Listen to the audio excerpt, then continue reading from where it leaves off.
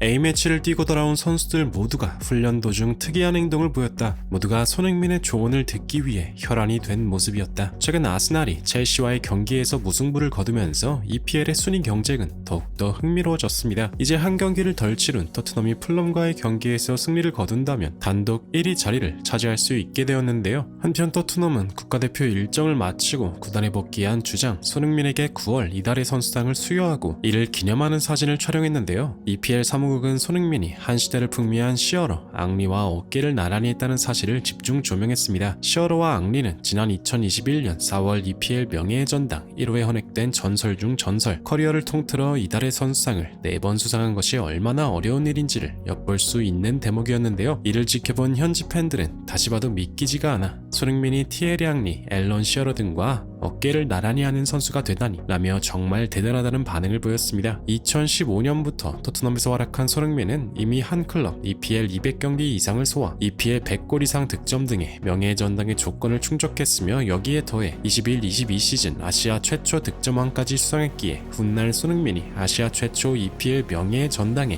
헌액된다고 해도 이상할 게 없는 수준인데요. 올 시즌 손흥민은 주장 완장을 달고 최고 수준의 경기력을 펼치고 있으며 토트넘도 손흥민의 활약을 바탕으로 프리미어리그 우승을 차지하기 위해 혈안이 되어 있습니다. 이런 와중 축구 팬들의 주목을 끄는 장면 하나가 포착되어 현재 화제입니다. 이번 국가대표에서 복귀한 토트넘 선수들이 하나같이 훈련 중에 손흥민을 찾아가 조언을 받는 장면이 포착된 것인데요. 축구 분석가들도 이러한 현상에 대해 궁금증을 품었고 결국 하나의 결론에 도달하였습니다. 지난 국가대표 A매치 경기를 소화했던 토트넘 선수들 대부분이 토트넘에 있었을 때와는 정반대의 경기력으로 언론의 비판을 받은 적이 있는데 그중 부주장 메디슨과 토트넘의 골칫덩이 히샬리송이 대표적이었습니다. 히샬리송은 베네수엘라전에서 단 한 차례의 슈팅도 쏘지 못하고 침묵했고 메디슨도 토트넘에서는 월드 클래스라는 평가를 들어왔지만 잉글랜드 대표팀에서는 이렇다 할 활약을 보여주지 못했는데요. 토트넘의 레전드이자 축구 분석가로 활동 중인 제이미 오아라는 이러한 장면을 두고